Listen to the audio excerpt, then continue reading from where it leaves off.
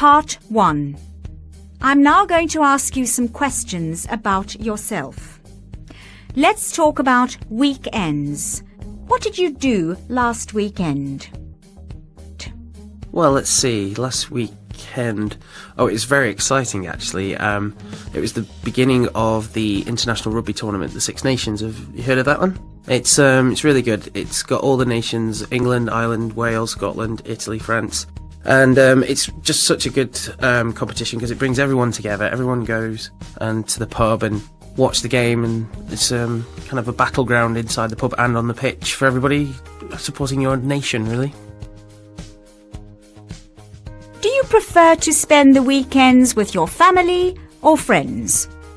I would say definitely my friends. You know, you can't choose your family, but you can choose your friends, can't you? So you just have more in common with your friends, I suppose. So yeah, I just think hanging out with my friends is probably what I prefer to do. What things do you like to do on the weekend? Well, generally relax, you know. We work hard enough during the week, 9 to 5, Monday to Friday.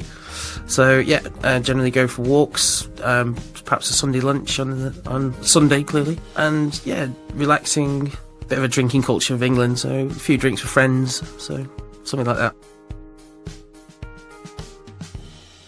Now let's talk about mobiles or cell phones.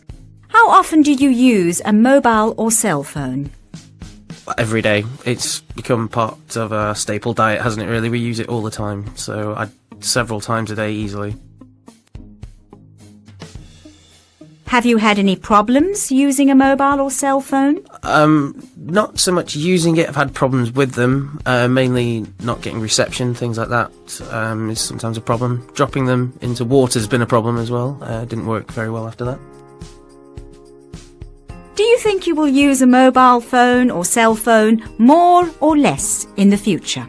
I would say it would have to be more. Phones are progressing now, the iPhones, things like that, they're becoming so important to people. They need it for Google Maps and things like that, and getting around. People don't read maps anymore, they just use their GPS on their phone. Book tickets for the cinema.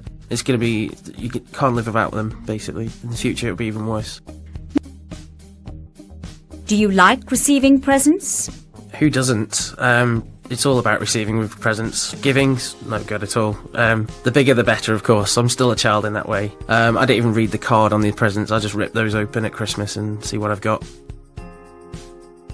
Who was the last person you gave a present to?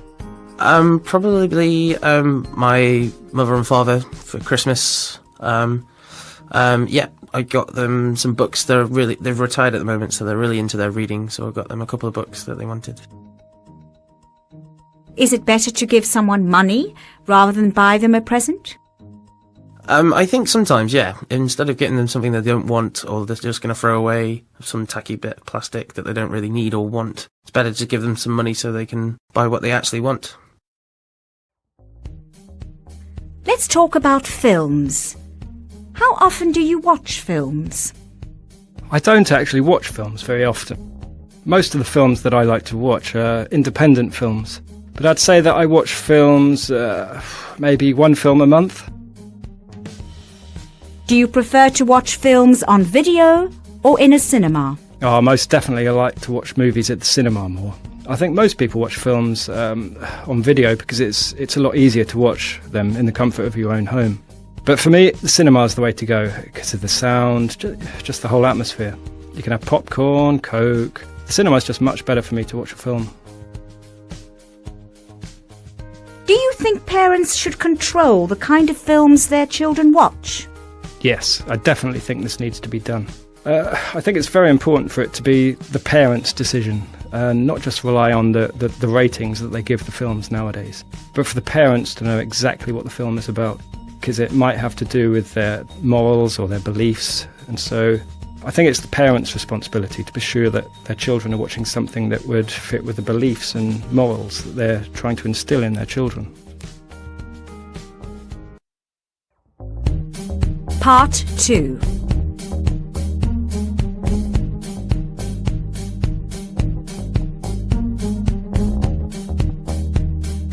Now I'm going to give you a topic and I'd like you to talk about it for 1 to 2 minutes. I'd like you to describe a business leader you respect and admire. Well, there's actually quite a few, ranging from Alan Sugar to Steve Jobs, the famous Apple guy, to Anita Roddick, who was the founder and owner of Body Shop, which is still going to this day. It started off as a very small company and it grew enormously and expanded internationally in so many different countries. But the reason I admire this lady, she had such strong ethics, business ethos. All her products were not tested on animals, and she was one of the first ladies who really, insisted upon this, and so therefore nothing at all was tested on animals. She was heavily involved in fair trade. She did such a lot for the developing countries. All her products were natural. She gave a lot of work to the developing countries people, even to the point at Christmas time, if products arrived late or the packaging was late, she would still insist on using it and waiting for it. She was an inspiration to many. In fact, she made so much money. She was an international success, one very, very rich lady, but she's admired because it wasn't about the money. I think that's the main point here. Again, it's just her ethics, her business ethos, her help to the fair trade, to the developing countries. She was globally successful, extremely rich and wealthy. She had outstanding morals and inspired women across the world to go for their dreams, to believe in something and to achieve success. People follow and still follow in her footsteps today. Her business ideals, her ethical beliefs, and that is what is so great about this woman. Thank you. Part 3.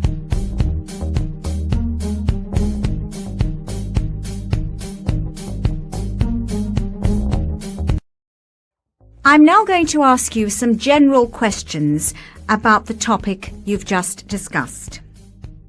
Let's talk about leaders. What qualities make someone a good leader?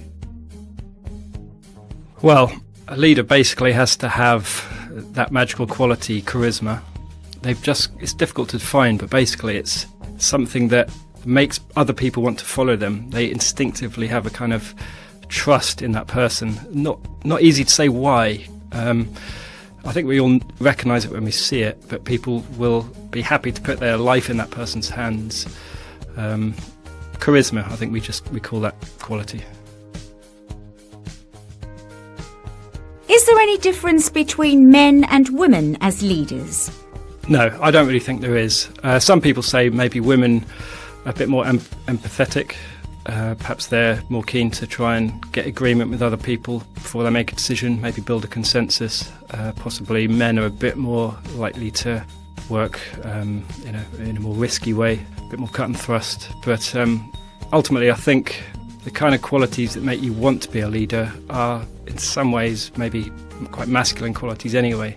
I mean, if you look at real examples from the world, political business leaders who are women, I wouldn't say Margaret Thatcher or whatever, I wouldn't say there are particularly different qualities to them that make them different from male leaders. No, so I don't really think there is a difference. Do leaders have a responsibility to behave in a certain way in public? I don't really think they have a responsibility to behave in a certain way, but I think they should behave in a certain way because they have an immense platform on which they can sort of spread influence and so on. And so many people look up to these people, especially, business leaders and so on. They're heroes to so many people. They should try and consider their position when they make decisions and, understand that they are a role model for others. But I don't really think they should feel too much pressure to do that. Are people born leaders, or is this something they learn how to become? I think a lot of people would like to learn how to become leaders. I'm sure there's lots of people who do sort of business classes and things like that wanting to be the next great business leader, but ultimately I think it is something you're born with, unfortunately. You only have to look at a school playground. You'll see the natural leaders there running around from a very young age. Again, it's difficult to see what it is that's making those people leaders, but I think you can inspire respect as you get older, maybe by becoming an expert in a particular field. But whether that's the same as being a leader, I don't really think so. So I pretty much think it's something you're born with, yeah.